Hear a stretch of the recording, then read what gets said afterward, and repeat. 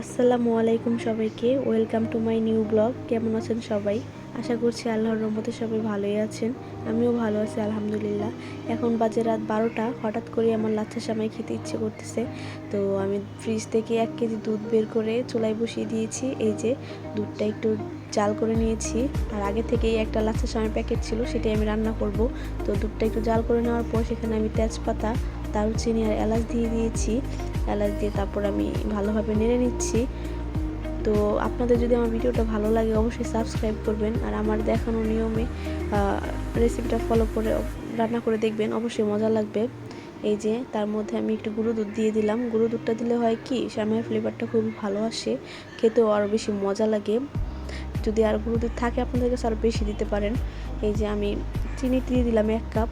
যে যার পরিমাণ মতো চিনি দিয়ে দিবেন। আমার কাছে মনে হয়েছে 1 কাপই হয়ে যাবে, এর কারণে আমি 1 কাপ দিয়েছি।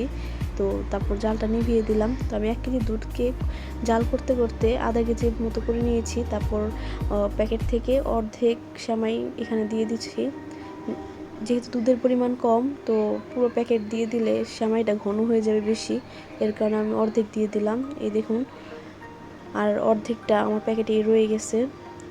একটু পরেই দেখবেন এটা জমাট বেঁধে যাবে। এই যে দেখুন, অর্ধেক প্যাকেট আমি রেখে দিয়েছি, পরের বার আবার রান্না করে খাবো। তো এই যে দেখুন, সেমাইটা কি সুন্দর জমাট বেঁধে গেছে, এখন খাওয়ার উপযোগী হয়ে গেছে।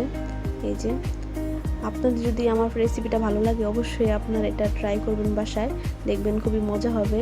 এই যে আমি এখন খেয়ে দেখাবো কেমন হয়েছে। তো সেমাইটা খুবই মজা হয়েছে, আপনারাও ট্রাই করবেন।